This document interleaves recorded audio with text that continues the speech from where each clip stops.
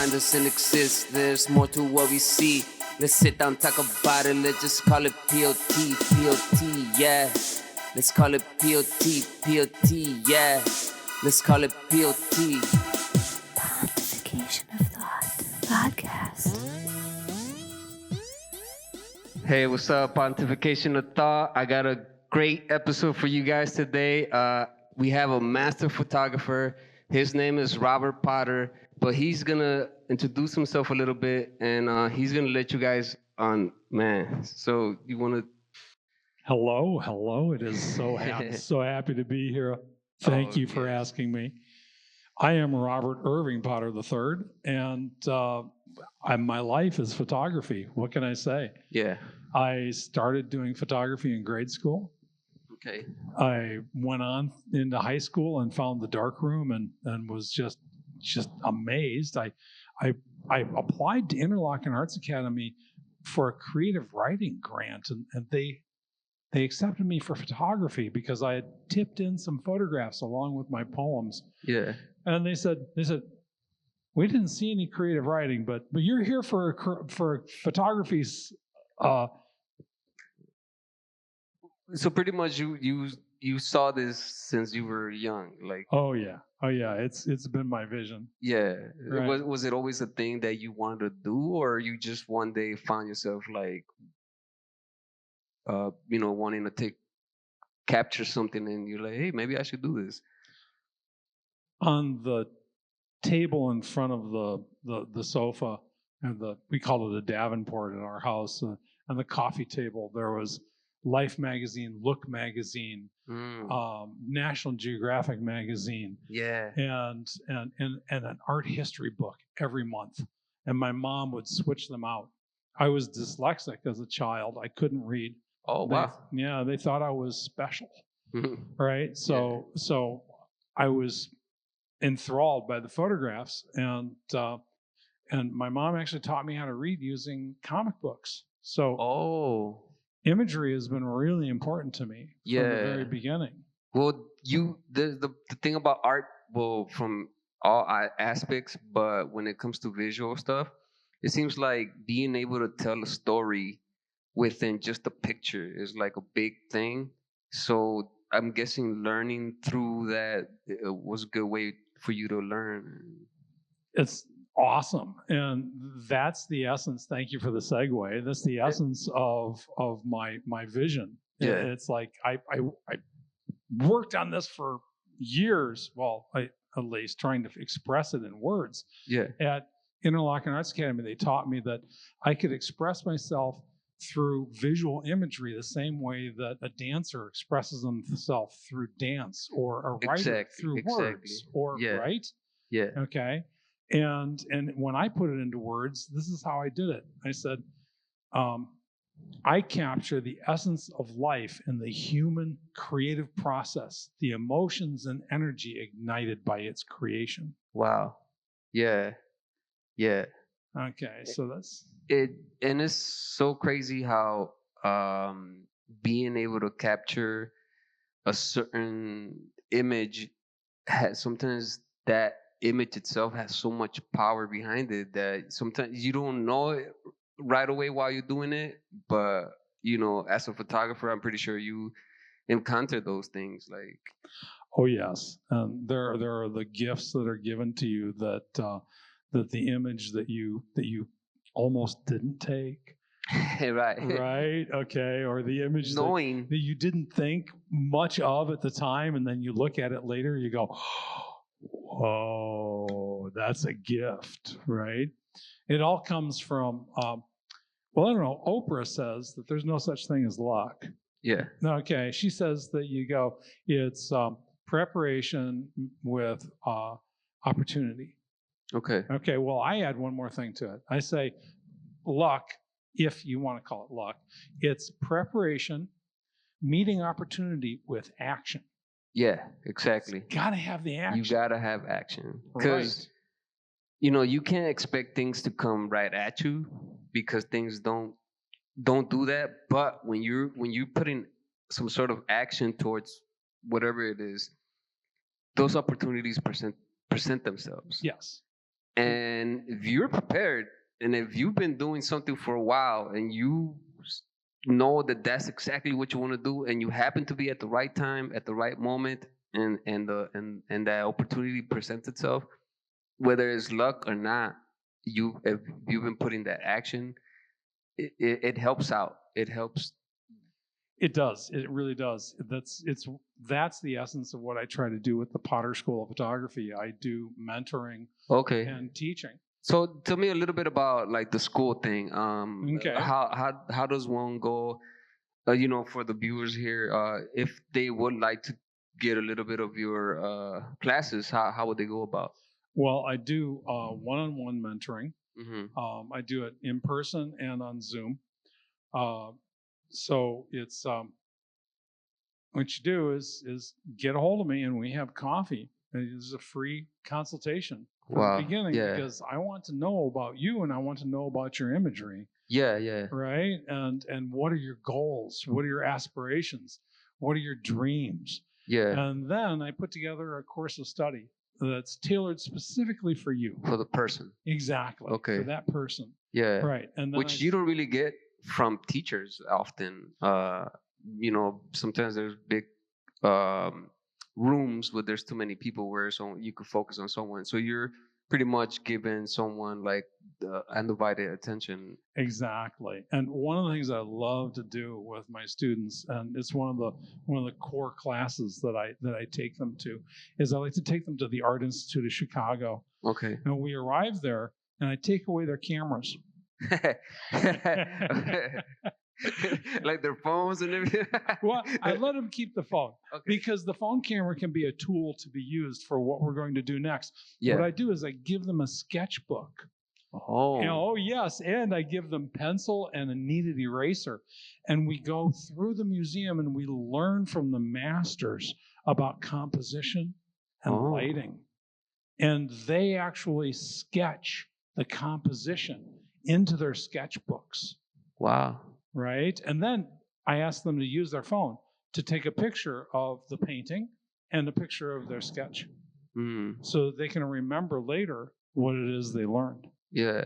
Right. Speaking about light, like how important is it to capture something, or can you just go by the moment and say, you know what, I want to take a great picture of this, but the lighting is not so perfect? Is that an issue? I call them memory shots. Memory shots. Right. Oh, that's a memory shot. It's like, oh, I'm just going to take that because I want to remember what that sign looked like, right? But yes, light is the essence of it is. It's you're capturing reflected light. You're capturing emitted light. You're and that's where the Impressionist painters.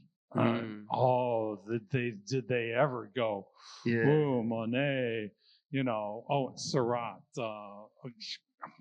Van Gogh, hello. Yeah. We're talking some awesome painters, right? Yeah. Right. And the Dutch masters, their lighting on their portraits and their still lives, just amazing. Yeah.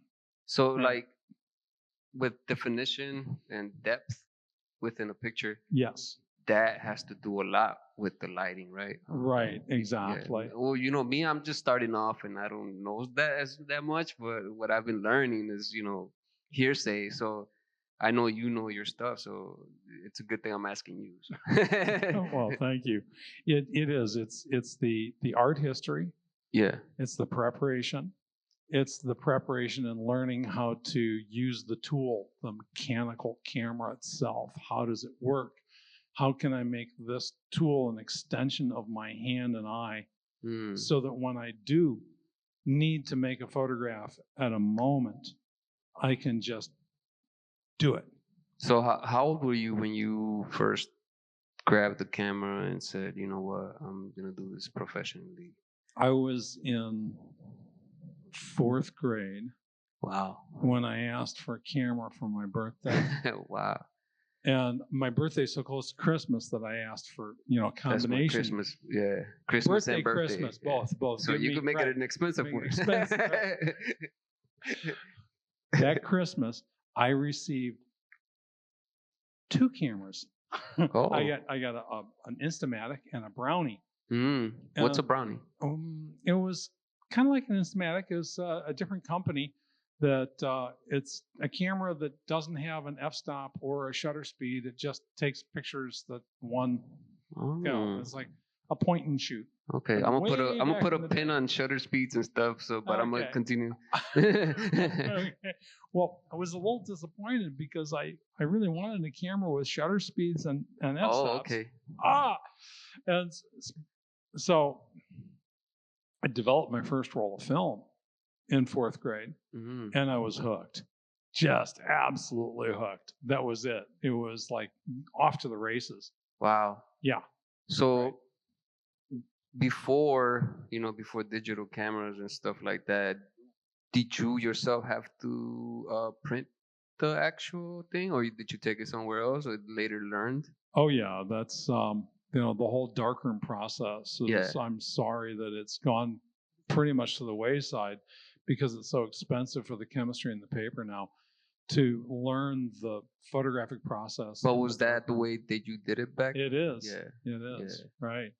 That's Right. actually really interesting because I remember when you guys shout outs to Matthias, when you and Matthias were doing those big prints and using the chemicals and stuff. That was really interesting how you guys were doing the whole, and then those were big prints. So I don't know if that makes a difference. It's the same process. It's just a really lot harder when you're dealing with a piece of light sensitive photographic paper that's 4 feet by 8 feet. Right? And that's Right. what we were doing. Yeah, exactly. We were making large mural sized prints right on the wall of your sound studio. Yeah. Waking you up in the middle of the night. Hey, those are the back in the day Right. stories. Well, because we had to have it dark, so we had to be here in the middle of the night. Yeah. Right. So, and we were projecting this huge image onto the wall and then processing the pictures by doing a dunk tank sort of a thing. And that's how I processed my first roll of film. So as a kid, you learned to do that, or did Yeah. you? Who taught you that? Oh, the gym teacher at Lions School in Barrington, Illinois, helped me process. So you grew up here in Illinois? Well, kind of. I was in Barrington on a farm in South Barrington and Crystal Lake. And then my family moved to Culver, Indiana. And so when I moved to Culver, I went to the military academy and they said, "Oh, Potter, well, let's see, you have a free period. We're putting you in the ceramics department, Mr. Potter." And the ceramics department was right next door to the photography department. And I was like, "Oh, okay." So I'd do whatever I needed to in the ceramics department because I was good at it. I don't know. Maybe it was something I was born with. And and then I'd run to the photography department. I'd spend all my time there that I could, right? Learning and doing. And it was just yes. So you were talking about shutter speed, and as a kid you got your first camera, didn't have that, and so my first real 35 millimeter camera, this one right here, an Argus C3, has shutter speed and so that was the next camera. It was the next camera. This was the one that I had in high school. And is that when you were like feet to the ground, running now? Yeah. This is for me. This is what I'm gonna do. Oh yeah. I'd spend all of my free time. I'd borrow the car and I would go wherever I could, away from people, and make photographs. And then I'd come back and I'd spend all my time in the dark room. And I was a geek. What can I say? Yeah. Right. But that's what I did. And so with you, because photography takes you a lot of different places and things like that. Where have you gone that you've taken interesting pictures of? Good questions. Okay, so some of the really great things that I've done, places I've been. Okay. Oh gosh. Well, let's see. I was invited to Life magazine to apprentice with Alfred Eisenstadt. Oh, okay. Okay. Yeah. And so Alfred Eisy, as he told me to call him, taught me that I should never go anywhere without my camera. All right. And it's like, and he taught me another really important thing, that people are just people. Okay. Doesn't famous person, doesn't matter. They're just a person. Treat them like a normal human being. Okay. Well, with that, I was able to, I've been backstage at the Chicago Symphony Orchestra during performances, Wow. making images. Wow. So you took pictures of the symphony? Of the symphony. Wow. Right. That's amazing. So you got a free show of one of the best music. Well, yeah, and I was backstage at Weather Report and many different bands doing photography as well. Wow. And it's not so much a show then, it's really just work. Yeah. Right. But because you're so tuned into creating the images. Yeah. Right. Let's see, where else? The photography has taken me to, I hitchhiked around Ireland with my camera to do photographs. Ireland. Well, I heard Ireland is like really beautiful out there, the countryside and all that. Yeah, it's rugged and beautiful. Yeah. And just like Chicago, because they shoot movies out there too, right? Oh yeah. Yeah. And if you don't like the weather, just wait 5 minutes and it'll change. Really? Just like Chicago. Right. Right. Chicago is just, you never know. Yeah. You could go outside with a jacket and they're like, oh, well, I take it off. Be snowing 1 minute and the next minute the sun's shining. Exactly. Right? And it's all or gone. the sun's shining and it's raining at the same time. That's Ireland. Yeah. Right. Oh, okay. Right. Where else? Fun, amazing places that I've been. And some of the pictures from like these places that you've taken of, who did you like end up giving these pictures to so that they could be displayed or? Well, let's see. Some of my photographs from Robert Bly's men's conference were published in People magazine. And, wow. That was pretty cool. Yeah. So that's my telling the story about men being men and being able to being able to cry, being able to do poetry, being able express to themselves and be real men. Right. So that was really great. I've been on quite a few covers of the DuPage County Bar Association. The judges love me. I make really great portraits of judges. I don't care what their political leaning is. I'm looking at the person and I'm trying to capture the essence of that person. Yeah. And so, I'm making the best image I can of them. So, yeah, that's been quite fun. I've been in the judges' chambers and in courtrooms. Have you ever gone to any like dangerous places where you might have been like, this is a little bit scary to be here, but you know what, the picture's worth it? Or well, I did spend the night in the Bowery in New York City with the homeless. wow. Yeah, and I did a whole series on photographing and helping the homeless when I was working at the Lakeview Church of Christ with the food pantry and outreach for the homeless in Chicago and Uptown. Okay. So I'd spend a lot of time on the streets and cooking at the Inspiration Cafe. So dangerous? Well, yeah, kind of. Yeah, I guess you never know who you're dealing with. Right.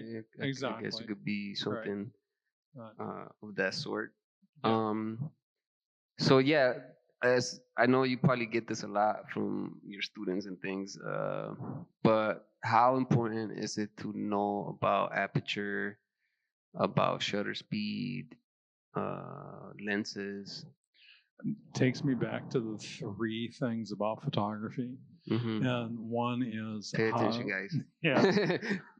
How do you make the equipment do what you need it to do to be able to capture the image?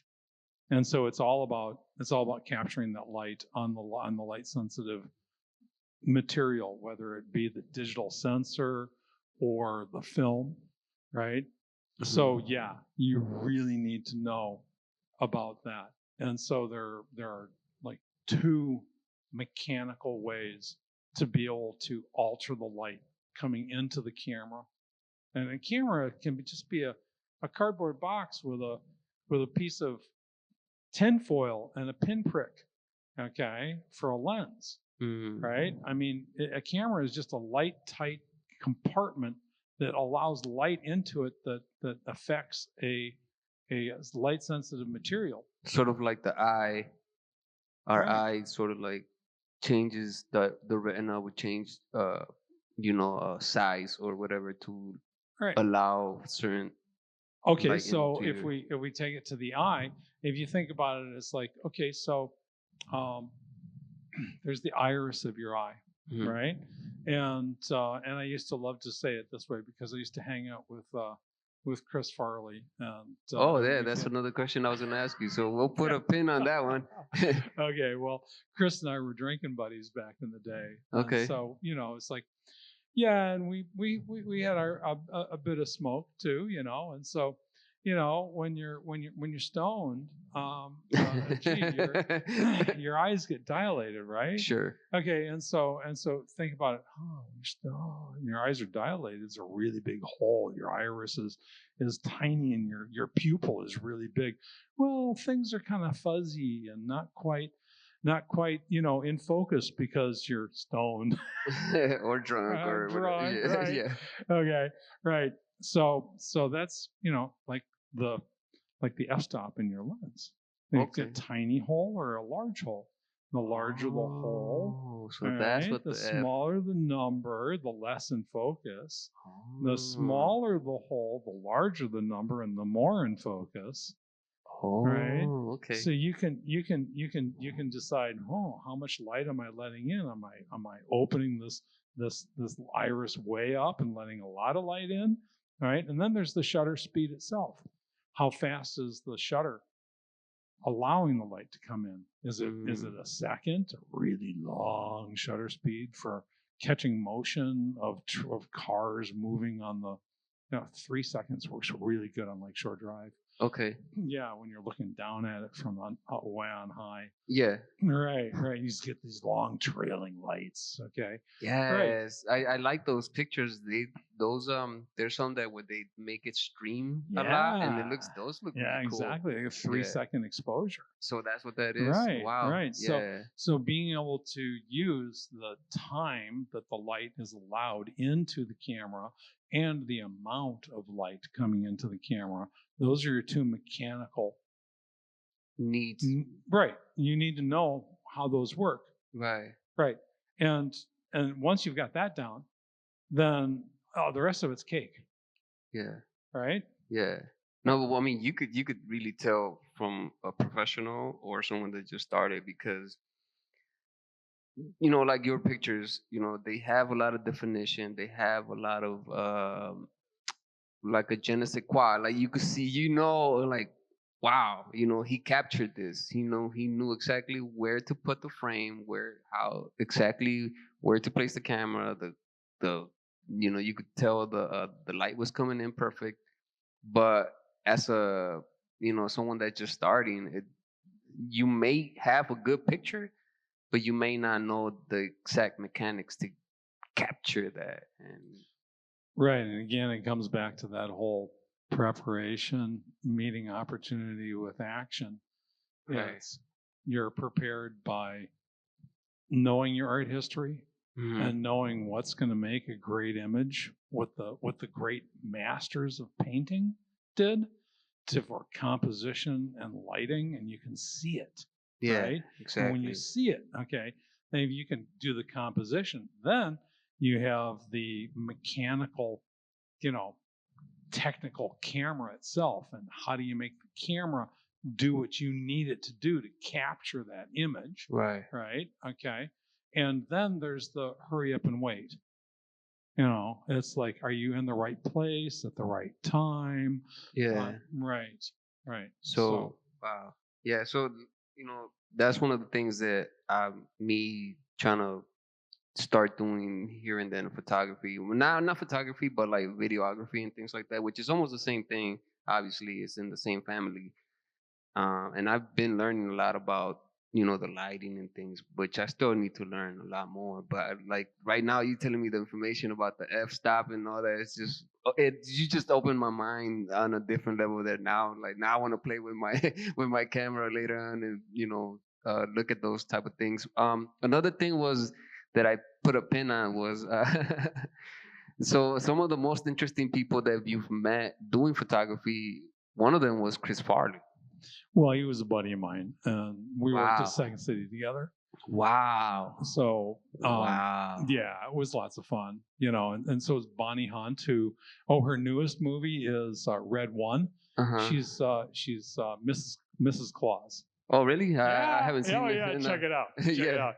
Okay, so I'm part of the How did you family. meet him? Oh, well, that's a great story. Ted Donner was the box office manager at Second City, and he was doing a small magazine called The Streak that later became the Chicago Theater Journal. Yeah. Okay, and so he saw photographs that Chicago Shakespeare, who is now the Shakespeare Company on Navy Pier, Chicago Shake. Yeah. Okay, they hired me to photograph them for a publicity stunt for their moving, and they needed money. Okay. Right, and so he saw those photographs, and he sought me out to say, "I need you to work on my magazine." And I said to Ted, I said, "Well, yeah, I'd love to work on a magazine and theater. That's my theater's That's what I my do. thing. Yeah. It's like the essence of creativity. It's live art being created right there in 3 dimensions. Exactly. And I capture it with a 2-dimensional process, Wow. right? It's like, ooh, yes, this is what." And I said, "Well, how much are you going to pay me?" And he said, "Oh, I can't pay you." The old story. Oh, yeah. He said, "But you know what? I'm the box office manager at Second City, and I'm looking to hire somebody for the phones. So could you work as a box office assistant at Second City?" And I said, "Yeah, I can do that." Nice. Okay, so I ended up working at Second City for 18 years, I think. Wow. And I was fortunate I am fortunate to be part of the extended family at Second City. Nice. I mean, they are my family, and the actors and the night staff, and they're all family members to me. And so I photographed their life as it was happening, our life as it was happening, and we created a calendar that stretched 18 years, and that's being honored at Second City now. Oh, nice. In the main lobby, actually. Oh, that's pretty cool. So that's how I got there. Yeah. Right. So that's right. And so, how does Chris Farley? Oh, well, I like to say that I got Chris Farley his job at Saturday Night Live. Nice. Okay. Now, granted, he had the talent. Obviously. Well, yeah. Oh, okay. Yeah. And he was. I didn't have anything to do with that. Right. Okay. Right. Okay. Exactly. But so the producer of Saturday Night Live came to me while I was working at Second City and said, "Hey, look, I want to hire Chris, but he hasn't given me a resume and headshot, and I can't hire him if he doesn't apply for the job. So could you do something about that?" And I said, "Nice, sure, I could do something about that." He said, "Opportunity, but you can't tell him. Yes, opportunity. Go ahead.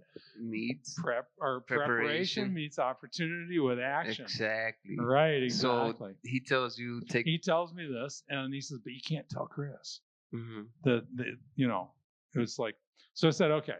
So I talked to Joyce Sloan, the matriarch of Second City, the executive director, the art I said, hey, Joyce, I need this for Chris. And she said, okay, tell him I need new headshots for the lobby. And that'll be your excuse to get new headshots of him.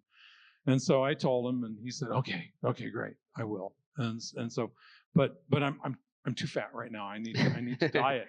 Give me 7 days. Okay. I said, no, you can only have 5 days, because I knew what the deadline was. Right. Because there was a deadline, had to be in on time. And so he went on the drinking man's diet. Which means you don't eat, you just drink. You just drink. Yeah, right. Yeah. A bender. They call it a bender. Yeah, right.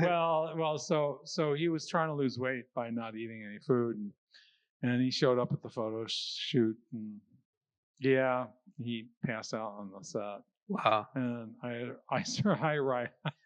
had smelling salts because my roommate was a doctor, or in med school. Yeah. Right. And then Chris and I dragged him into the shower with me. Yeah, we were clothed. Nothing. Okay. So the headshot that I made of him, we actually we had macaroni and cheese with hot dogs, and we went for a walk and bought a bottle of bourbon. So that was lunch. We did the photo shoot. Chris had to go to Second City to do the show. So I developed the film. I chose the print. I wrote his cover letter. I wrote his resume. Wow. I put it in my FedEx envelope, and I sent it to Saturday Night Live. Wow. And I got there in time for the deadline, and he got the job. Wow. So. And the rest is history. And I have right here your card, which actually has a few of the things on it, right? Yeah, that's a section of the proof sheet with the photograph that I used. That was his headshot. Yeah. And so it's. I'll try to put one of these on the display for the people to see. But wow, that's very interesting. That's amazing, because I'm a fan of him. I saw his his movies growing up, and oh yeah, he was always funny, and it's really unfortunate we lost him, but very unfortunate we lost him. Yeah, it was a great talent. Wow, right. That's I'm amazing. Very sad that he's gone. But it's fortunate that you got to meet him and be friends with him. Well, I got to meet him. I got to hang out with him. I got to. We also got sober together. Oh. But Chris didn't stay sober. Yeah. Right. Yeah. Wow, that's great. So. Yeah. So wow, that was a great story. It's crazy how art takes you different places and you meet different people, and it's so amazing how life itself could, if you, like you say, if you put the action forward and you put that action towards whatever you're trying to do, it'll take you to a place where you end up meeting Chris Farley. Right, and art is a universal. And you're sort of part of history unbeknownst to you. It's awesome, and art's a universal language. Exactly. Right.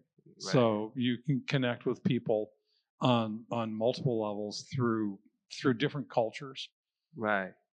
Just with art. Yeah. And it's really great. Because it's like in a way it's a language that we could all speak. Yes. Art is like a language that really we could all speak.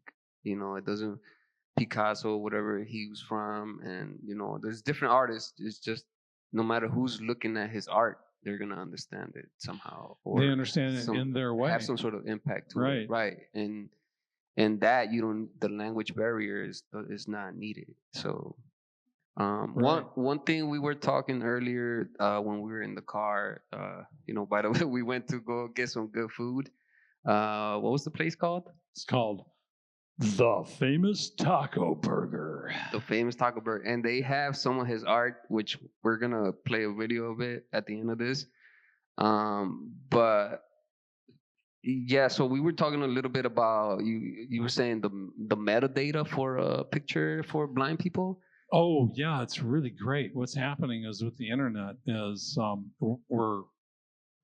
whenever I post a photograph on my website, my cousin and I create a paragraph that explains what the photograph is. Wow. And it's put into the metadata of the photograph and on the internet. And then that way, when blind people use the internet, they can, see, they can hear what the photograph is that they would have been seeing if they could have seen. Otherwise, they wouldn't be offered before. Now it's something that they could choose, and it'll be, in a way, it's really important now, right? Wow. And it's really pretty cool. That's I didn't know about that. Yeah. And when you were speaking about it, I wanted to ask you about it, but we were talking more about more of that technical stuff. Yeah. Right. That all feeds right back into, thank you for the segue again. Okay.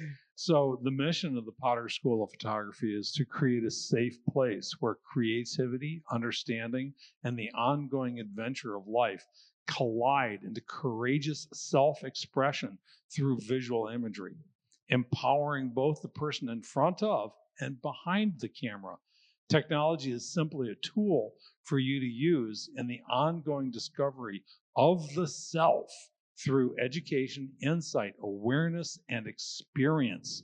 To do this, we learn how to use those tools and turn our thoughts into art. Wow. Nice. Yeah. That's amazing. So you pretty much giving them a way of just being able to express themselves.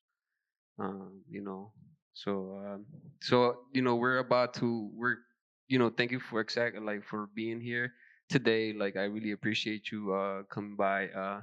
I did wanted to ask you just one last question. Like, if for a young photographer coming up and he's trying to pursue this, what would you tell that person? I would tell them, learn how to use the tool of the camera to make the camera do what it needs to do, and study art history. Wow. Okay. Well, there you have it, everyone. By the way, Potter has been on some of my interludes on the first album, the Reality album. Some of them are one of the most played interludes that I have. So thank you again for that. And we're gonna finish this off like usual.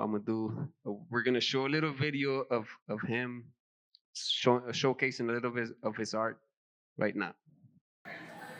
Oh my gosh, the monarchs in Mexico. Ooh, what an amazing thing to be in the fir forest with these awesome insects.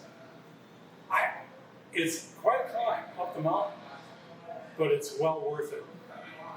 Come with me sometime to visit the monarchs in Mexico. Okay, hopefully you guys like that. And I'm gonna finish this off with a little freestyle, and hopefully you guys like it. Here we go. Yeah. By the way, this episode brought to you by PanoramiCimages.com. Potter Art. What was it? REP3.com. There you go. And thank you guys. So here we go.